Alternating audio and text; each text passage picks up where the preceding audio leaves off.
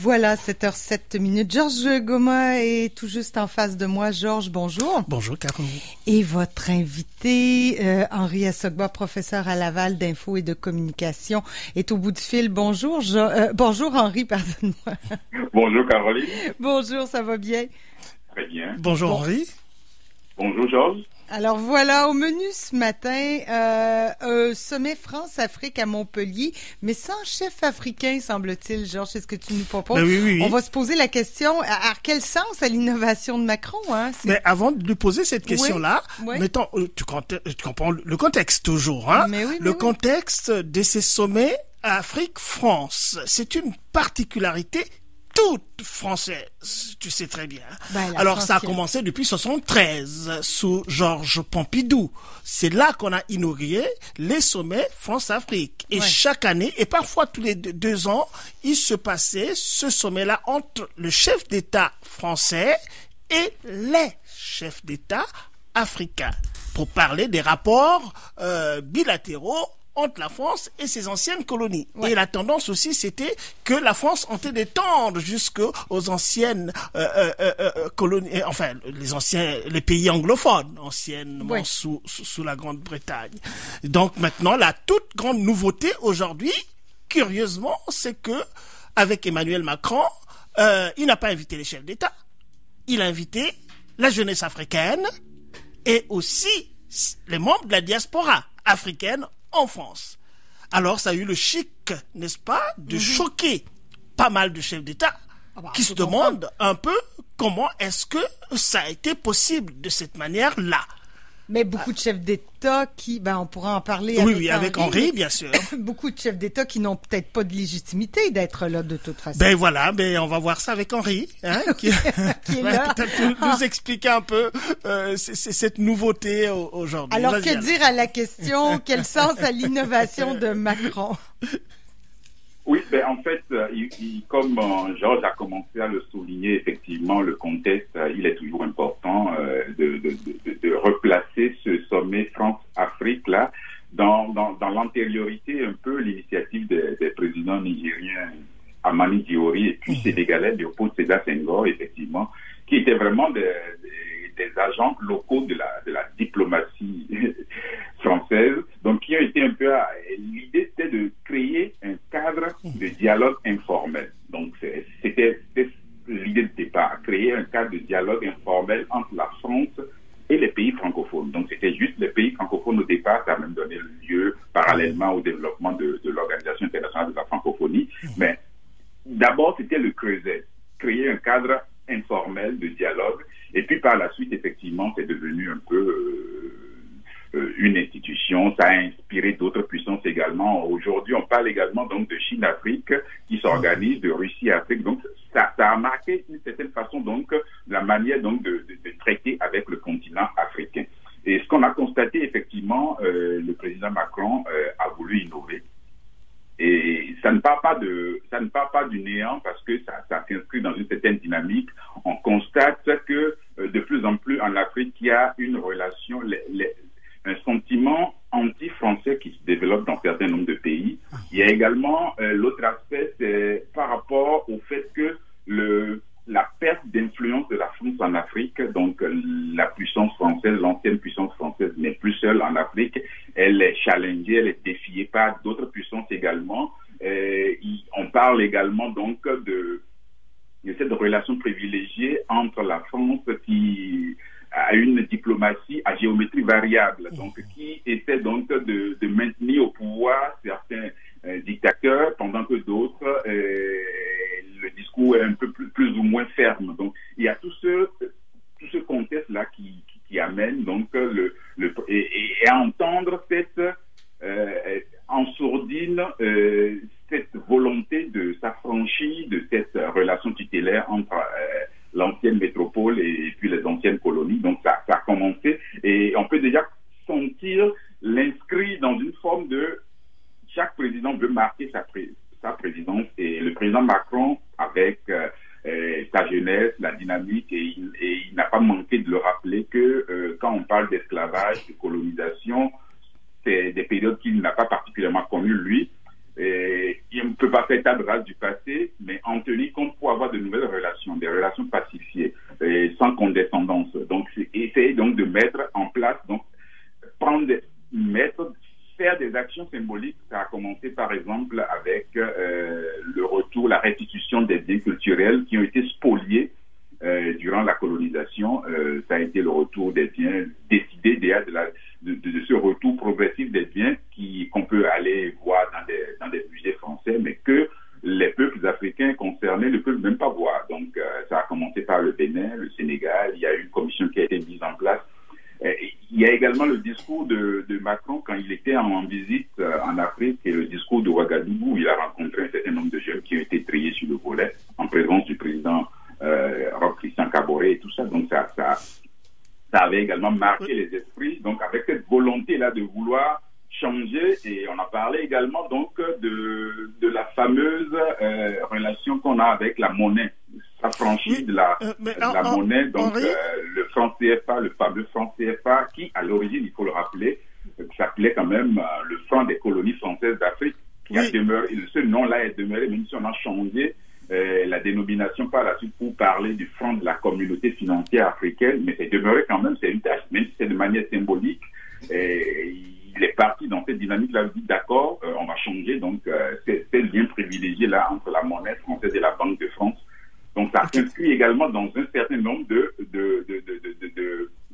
volonté de vouloir changer cette relation-là, de donner un nouveau souffle à cette relation entre la France et l'Afrique, effectivement. Oui, Henri, on comprend tout ce développement-là.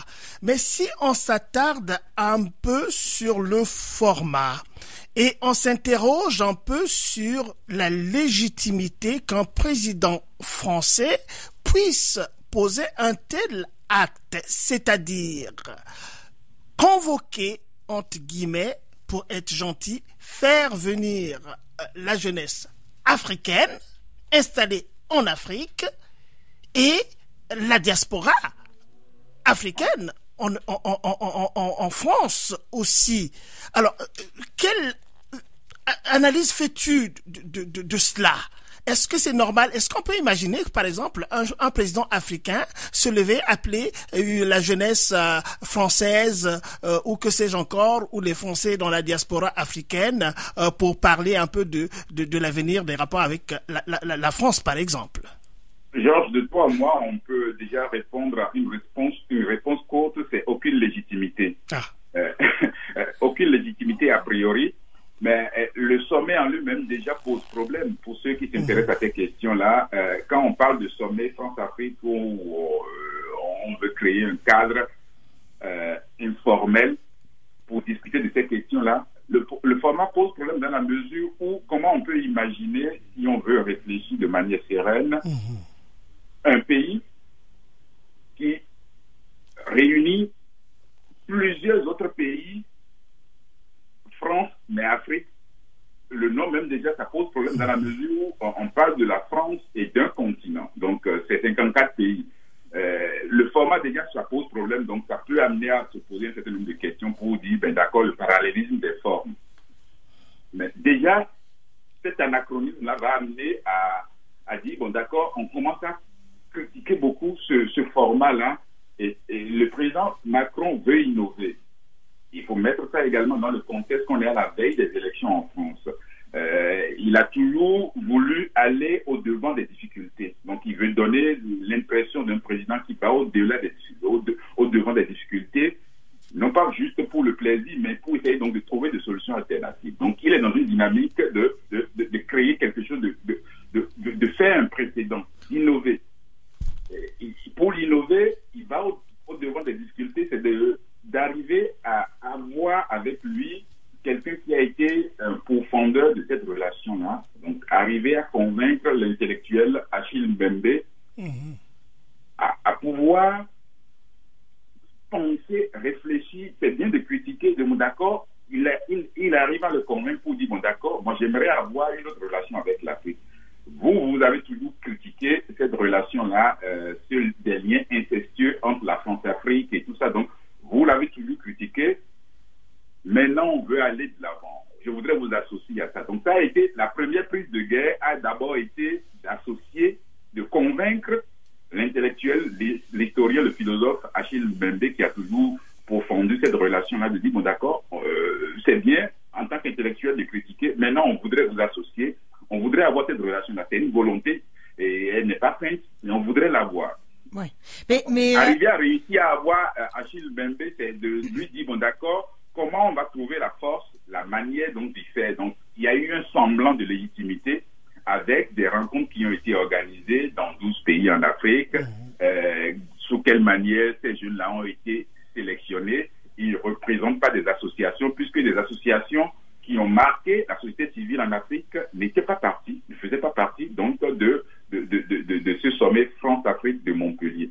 Oui. Donc, en termes de légitimité, il n'y a pas de légitimité. D'accord. Mais en termes d'homogénéité, Henri, la jeunesse, c'est large, on sait. Est-ce que c'est représentatif des pays africains, de plusieurs pays africains? Parce que là, on parle de l'Afrique qui était colonisée par la France, là, c'est ça. Mais la jeunesse, c'est certainement pas homogène, là. Non, la jeunesse, elle n'est pas homogène. Ce qui est sûr, à l'avantage de Macron, on peut dire que quand on veut essayer de rencontrer l'Afrique ou la jeunesse africaine, à un certain moment, on ne peut pas réunir toute la jeunesse africaine. Non. À un certain moment, il faut trouver un moyen de trouver des gens qui soient représentatifs de cette jeunesse-là. Et toute la question de légitimité dont je parlais tantôt avec Georges, c'est de dire, est-ce que cette jeunesse-là qui s'est réunie à Paris, elle est représentative de la jeunesse africaine? Évidemment non, mais c'est un début. Un début par rapport à, on veut essayer donc d'avoir cette rencontre-là avec la diaspora, parce que ça va également, quand on veut être un peu tatillon également dans l'analyse, ça, je vous l'ai dit, ça arrive à la veille des élections en France. Il y a une diaspora africaine qui vit en France et qui vote également. Et ce sommet-là a eu lieu il y a une dizaine de jours, si je ne m'abuse, là, le 8 octobre dernier. Oui. Est-ce qu'on peut en tirer des conclusions? Qu'est-ce qu'on est ressorti de là avec un sentiment positif qu'on va avancer, qu'on va dans la bonne direction? Quelle était la conclusion, s'il y a conclusion de ce sommet? Bon, d'abord, ça a servi un peu de catharsis. Donc, séance où on a exprimé, on s'est dit des choses, et comme c'est la jeunesse qui était invitée et tout ça, donc certains croyaient que, comme ils ont été triés sur le volet, donc ils allaient être un langage feutré qu'on connaît dans ces rencontres internationales. Eh bien non, ça n'a pas été le cas. Donc, il y a eu déjà cette forme de catharsis, d'amener le président français à reconnaître parfois des erreurs, même s'il n'a pas eu il n'est pas allé aussi loin en demandant, en reconnaissant le tort donc de la France dans un certain nombre de, mais reconnaître quand même déjà au niveau les erreurs qui ont été commises par exemple au niveau donc de la Libye, où il y a eu des interventions qui n'étaient pas qui ont conduit donc à un certain nombre de dégâts de développement du terrorisme qu'on vit aujourd'hui, et pas seulement en France, mais également d'abord les premiers concernés, c'est ceux qui sont en Afrique. Il y a eu le rapport que l'intellectuel Achille Mbembe a remis donc au terme de son travail qu'il a eu à faire, donc avec un certain nombre de propositions qui ont été faites. Et donc par rapport à ces propositions-là, ce qui a été retenu déjà il y a un certain nombre d'annulations de dettes, des engagements qui ont été pris par rapport à la France et tout ça, donc pour avoir par exemple facilité l'obtention des visas pour la jeunesse et tout ça, puisqu'on s'est rendu compte que même ce qu'on dit avant par rapport au soft power, donc c'est de permettre donc à cette jeunesse-là, comme je le disais, qui ne rêve plus de la France, qui se tourne vers d'autres pays et tout ça, la France constate qu'elle est en train de perdre d'influence sur un certain nombre de pays, effectivement, puisque les intellectuels, ceux qui sont appelés à diriger ces pays-là, s'ils rompent les liens avec la France, ce n'est pas toujours dans l'intérêt de l'ancienne puissance coloniale. Oui, mais Henri, il y a aussi ce qu'on a constaté. La critique, elle est forte, hein, surtout en Afrique. Il y a une frange d'Africains, mais tu l'as bien mentionné, hein, c'est déjà un début. C'est une innovation. Toutes les innovations, quand même, il faut les concéder. Et puis voir, évidemment, comment travailler. Et il y a eu beaucoup de critiques, non seulement sur le casting des gens qui ont rencontré le président Macron, en se disant, écoutez, comment vous avez fait le casting? Comment se fait-il que les gens qui sont beaucoup plus, qui sont assez, des radicaux, hein, très critiques de la relation France-Afrique, comment ces gens-là ne se sont pas retrouvés là-bas? Bon, tu l'as dit, hein, ceux qu'on a triés sur le volet ont dit quand même des choses qui ont fait plaisir aux Africains et des choses qu'on voulait entendre. Alors, je sais pas, par rapport à cela, est-ce que tu penses que Achille Mbembe, qui a mené n'est-ce pas, le groupe qui a rencontré Macron, devait avoir une ouverture sur les autres Africains pour pouvoir capitaliser, n'est-ce pas, cette brèche qui a été ouverte. Et puis aussi, peut-être tu peux nous dire quelque chose sur la triangulation, c'est-à-dire France, chef d'État africain et jeunesse africaine. Alors, comment ne pas penser aussi que Macron puisse organiser un sommet avec les chefs d'État, la jeunesse et la France aussi? Je sais pas. Oui, déjà, on a vu un semblant de rencontre pareille avec le discours de Ouagadougou au Burkina Faso en 2017 dont je parlais, où dans le cadre d'une visite officielle bilatérale, dans ce cas-là, le président français était à Ouagadougou. Il y a eu, alors la rencontre qui s'est faite à l'université, donc il y a eu un certain nombre de jeunes qui ont été triés sur le volet et qui étaient au sein donc de l'auditorium pour pouvoir discuter avec. Donc c'est un format mini de ce que tu dis, ce que tu proposes là. Donc chef d'État qui était présent, qui accueillait l'autre, et un certain nombre de pays, de jeunes qui étaient, puisque ça s'adressait à la jeunesse, un certain nombre de jeunes qui ont été vraiment triés sur le volet et qui n'étaient vraiment pas libres, mais certains ont eu quand même le courage de sortir du carcan et de poser des questions. Pendant ce temps, il faut reconnaître que dehors, il y avait d'autres jeunes qui manifestaient, qui n'ont pas pu. Donc, il y avait une manifestation qui s'organisait donc à l'extérieur. Donc, c'est un format qu'on peut être amené donc à améliorer. C'est effectivement toute la question va être de comment on sélectionne est-ce que ceux qui sont sélectionnés pour faire partie de cette rencontre qui pourrait être de manière à trois par exemple, donc aussi bien les chefs d'État, la société civile, la jeunesse. On peut l'élargir donc également au secteur de l'économie, par exemple les chefs d'entreprise, pourquoi pas. Donc, en fonction donc de la thématique qui sera retenue, on va améliorer, essayer donc de.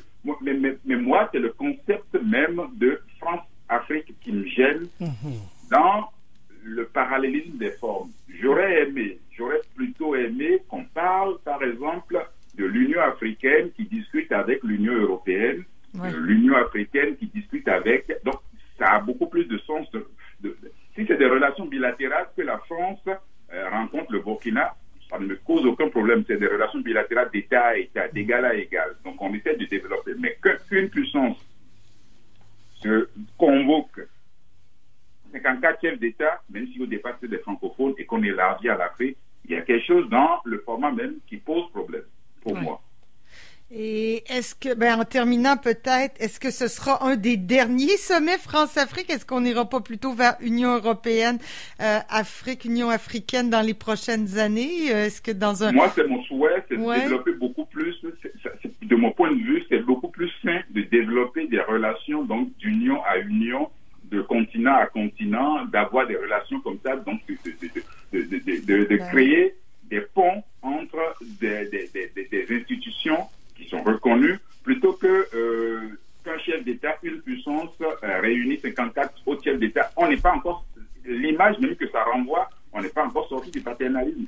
Après, il ne faudrait pas s'en plaindre par rapport à ça, qu'un chef d'État convoque 54 d'autres pour venir discuter de quoi.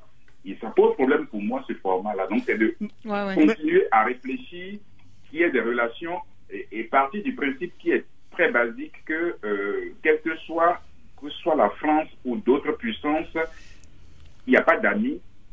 C'est un truisme, c'est une la palissade de le dire, mais il faut le rappeler, il n'y a pas d'amis, il n'y a que des intérêts.